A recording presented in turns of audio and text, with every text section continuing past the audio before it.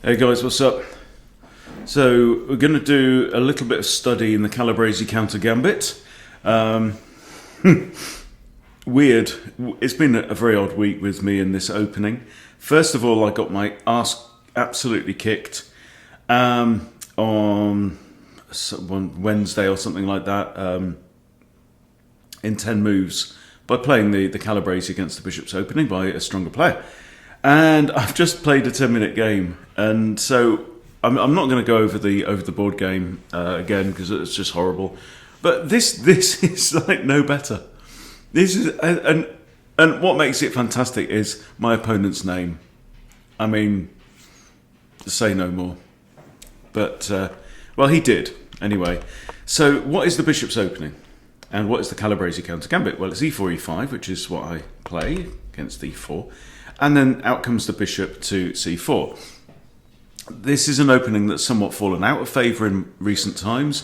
It was more popular during the Romantic period, you know, when people played the King's Gambit and stuff, and it was all about attacking.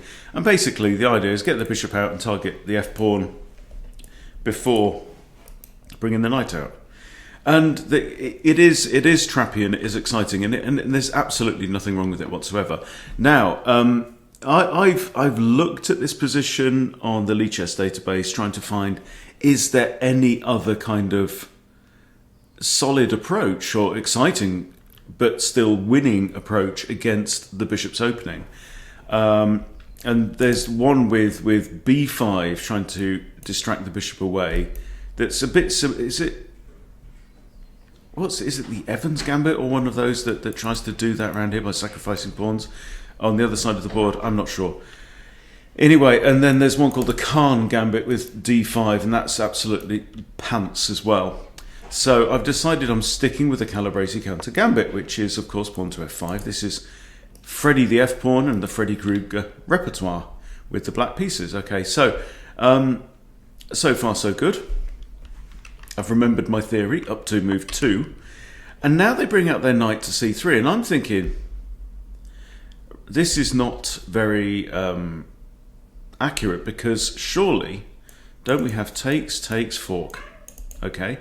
Now, if anybody follows the bloody Freddy Krueger bloody repertoire, or has been watching my stupid bloody channel for very long, you'll know that there's, well, in the Calabrese Countergambit, there's a general rule. Doesn't apply only to the Calabrese, it applies to a lot of things, and it has to do with this pattern here. What do we notice about that pattern? Okay. Oh, there's no bits on it anywhere, right? And at one end of the pattern, you have Her Majesty the White Queen, and the other end, you have my king. Okay, so the point is, you really very often, just like in the King's Gambit, right? If you're white, you play this, okay? You've got to avoid like allowing, when this pawn's not, you've got to avoid allowing this, right? And very often wins the g pawn, well, after g3 very often wins the rook. So there's a rule here, is what I'm trying to say. And the rule is pretty much whatever white does on move 3, you play your knight out here, okay? And what does arsehead do? Takes. 7.3 now in white's favour. And a bugger me thinks I'm in. Okay. Takes, which was a blunder, by the way. And now we're kind of equal again. I play this, which is a blunder. So we will look at the analysis in a second. Then what we're going to do is I'm going to go over the Calabrese theory as far as I've got with it. Nobody else talks about this opening. It's all down to me. I don't know why either, because it's fine. Okay. Anyway, so out comes the queen.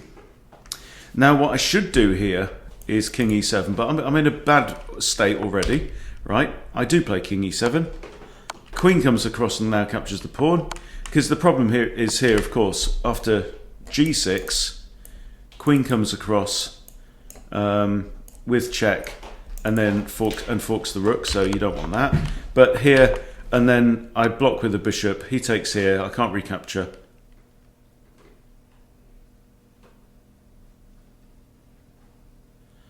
Wow. Another blunder. I could have just took his bishop. Oh my god. Could have just took his bishop. I'm just seeing it on the lines here. Right? I play this, he captures there, and I'm going to lose my rook and I resign. So, absolute, complete garbage shit show of a game. You can have fun guessing the ELO for this one, for both of us. Here we go. Here's the game review. 53 accuracy for Bugger Me, and 23.2, which I think is generous for yours truly. He gets a rating of 900, I get 750. Now, so let's go through very quickly. Okay, it's inaccurate, whatever. Okay, this is actually, and now I realise it's like the second most common move after takes. Okay, and I'm assuming it's a mistake. Now, f takes c4 is a blunder. The best move is, drum roll please, bloody hell, knight to f6. Come on, Hunty. Anyway, it's all going to stick after today. Now it's a dopey day. It's a dopey old day. I'm not going to lie to you. Not feeling at all sharp. So, of course, you bring out the stupid knight. You always bring out the stupid knight on the third stupid move. This is a blunder. That's a miss. Okay? So, there was an opportunity to fork pieces. He should have played queen h5 now. Is that what you're saying?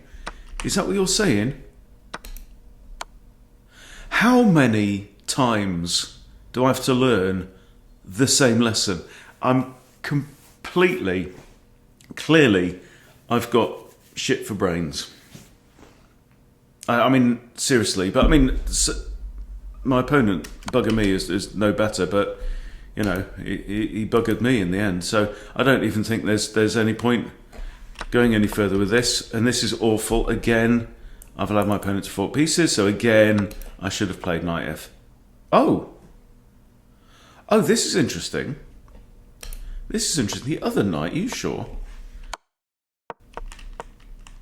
So if I'd have done this and then he does this, that's not great because, defend the pawn. Okay, well, with your permission, I'm just going to take a moment and let this sink in. There you go. Sometimes you can then play knight c6. So how about this one? How about knight f6 in this position? Knight f6 is not so good. He can play d4 or he can trade off. So actually here, knight c6 is equalising. Yeah, equalising. And now this just doesn't work because g6 and you hit the queen with tempo. Yeah, white's got quite a lot of pieces lurking around, but we are just better here. We are simply better. He's got to move the queen back to there. Oh, and then we dive in. Yeah? Sharp, though, isn't it? Really, really sharp. Anyway, so that was a complete buggers model.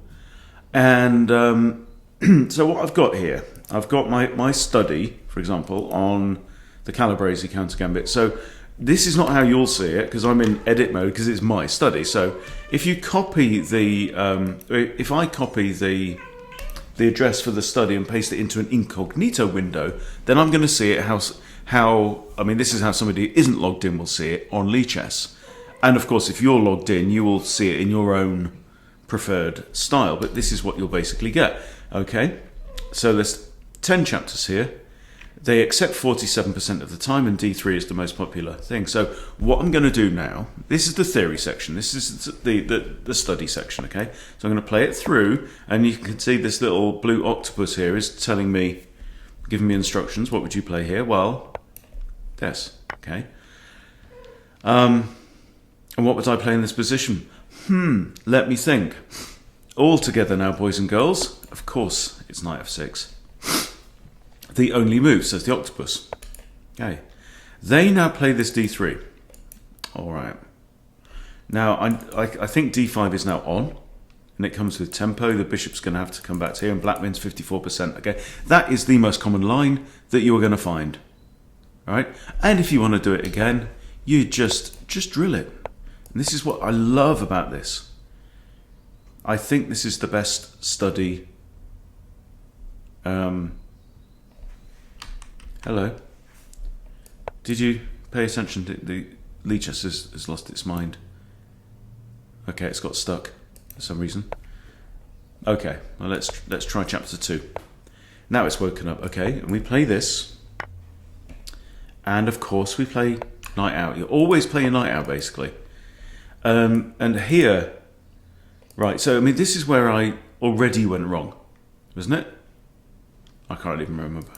Okay, so it says here, tempting to grab the centre with the immediate d5, but it's more principled to develop both knights first. Okay, so we do this because you can theoretically play d5 because you've got 1, 2 defenders, 1, 2 attackers, right? So in this position, if you play d5 and they take, they just lose a piece.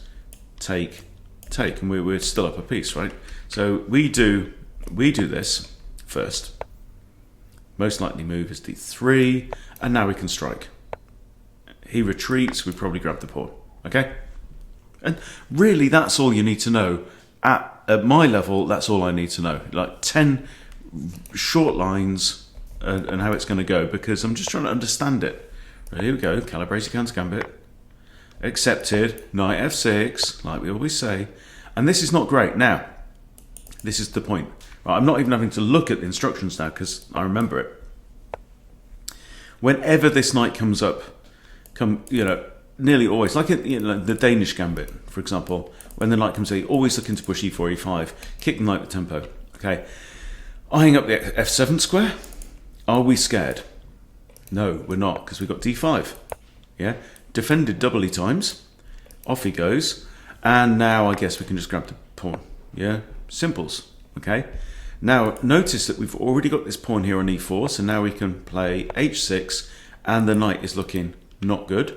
Okay, this is perfectly good for black. We're going to peel open the pawns around the king, and we're probably going to win.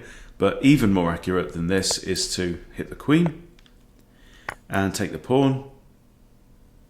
I know this because I've recently gone over this whole study, right? And this is fine. This is good. We're starting with the most common, most popular lines, and we're working our way downwards. So there we go. Oh look, I'm going to play the Calabrese because it's working so well for me these days. It says, this is the position where I totally fell apart versus George Swanson Hillsborough B. There's only one decent move for black that retains an equal position, and I know it. Okay? Right.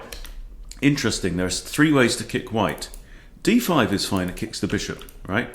c5 is fine, it kicks the queen. Knight c6 is probably what most people would play and kick the queen, but actually the most accurate move according to the engine is c5. Continue by grabbing space, and there we go. Okay, block the check without blocking too much. Obviously we want to recapture our pawn at some point in time. And we do this. Break the pin. Black is fine after castling. Happy days. Okay, that's all fine. So that is what I should have done against George. And incidentally, we lost the match 2.5 to 3.5. So if I'd drawn against George, we'd have drawn the whole match. So there you go. But I didn't. Okay, so this is fine, developing normally considering the queen's path, right? We're very conscious that light squared diagonal is all open. Kick it. What would you play? Queen takes, obviously. It would keep the pawns intact. The king hasn't castled yet. If the king had already castled that side, I might very much be tempted to play g takes. But until the Kling has declared his intentions and shown his hand, we're not going to do that. Equal position, happy days. Next chapter. You see how it works? This is the way to study, guys. Love it. Okay, so this is declined knight c3. Okay, here it says here, do not play f takes e4, tempting as it is.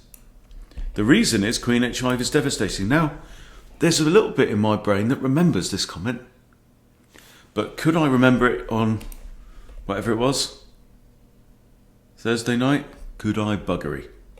Okay, knight f6. Always knight f6, right? Bang, bang. Prepare to castle and play on. So preparing to castle, that looks fine.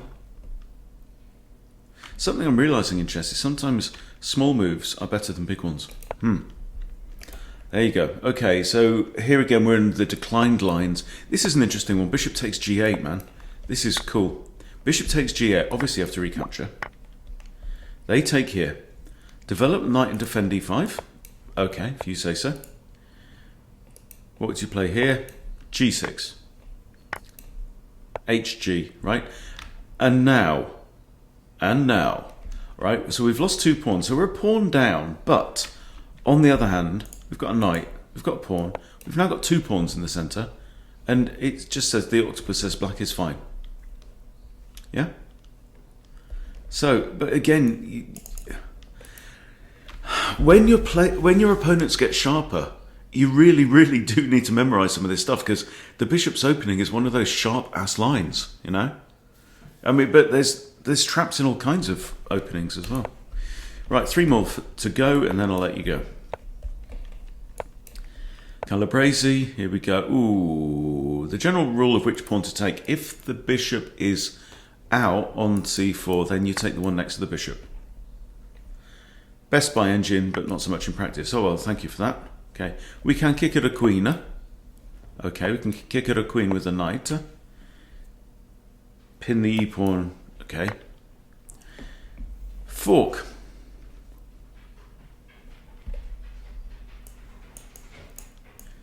Okay, see? So I'm giving myself enough hints so that it still makes me think a little bit, because it really works if you kind of figure it out for yourself. So I guess I can do that, can't I? Because there's none of this, all right. And what would I play in this position? What's the best move? Knight out? No. That doesn't work. Oh, the knight's undefended. Knight is undefended.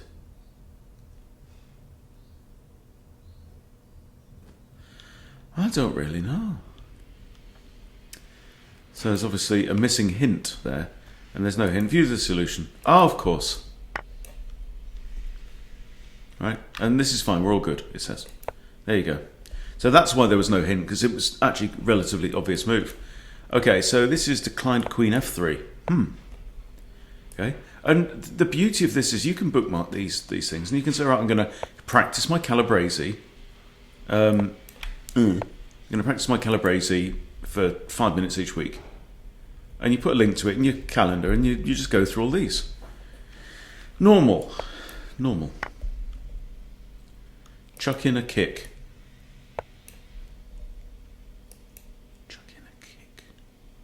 Oh. Normal progression with tempo, and there you go.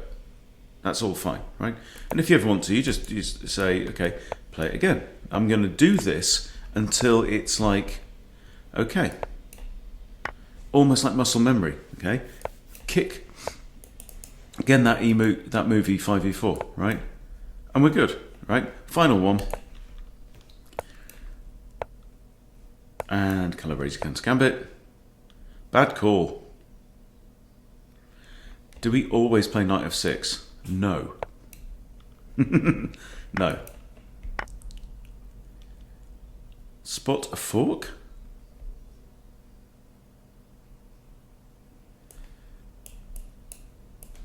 That? Maybe moving the queen.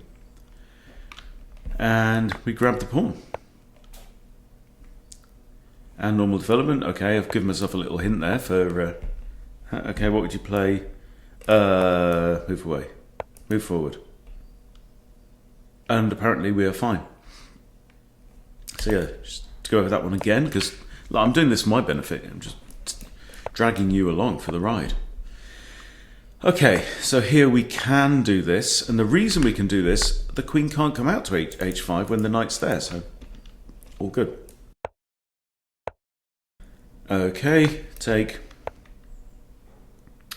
And we need to prevent queen h5 check, and we just move forwards, and we're good.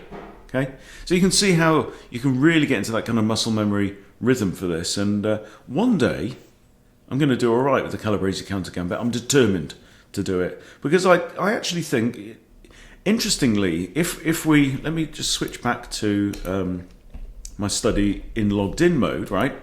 So let me show you what's going on in the book, okay? So here, look at this. Right, so the most common moves are knight f6 wins 49 for white, knight c6 wins 48 for white, bishop c5 mirroring wins 50 for white, pawn to d6 is 51 for white, c6 is 49 for white. So that's kind of interesting. c6 might be one to look into, you know. h6 even, right? Then queen f6, then bishop e7, but these are all better for white. h6 is horrible, right? Queen f6, 51 for white, bishop e7, 50% for white, and then f5, black wins more. That is the Calabrese Countergambit. That's why I play it. I'm not playing it because I want to be a dick. I play it because it should work quite a lot of the time. You know, so that's the whole point. And the point is here, if e takes f5, number one most common move, and what have we got this set to? What have we got it set to? 1800 and 2000 at rapid and above, right? We're not messing about. This is strong intermediate, okay? Let's get rid of that. E takes f5, most common move, played 52% of the time, and black wins 50% from here, because it's just better, right? After takes, yes, you have this, but we'll play knight to f6 anyway, right? And top two lines here, pawn to d3, we win 54% against 43, right? Both of these are over, between them, they're more than half the games that you will get. Both situations, black is better. Not according to the engine necessarily, but according to real world results, so that's why we do it. Okay, so yeah, I always like to share my pain with you guys, but here's the point. You know, you get spanked or buggered, right? And then you go away and you learn, and you get stronger, and you come back better. And what does not kill us makes us stronger, even if it buggers us first. So you hear me talking, hillbilly boy? I'ma get medieval on your ass. There you go. Thanks for watching, you guys. See you later.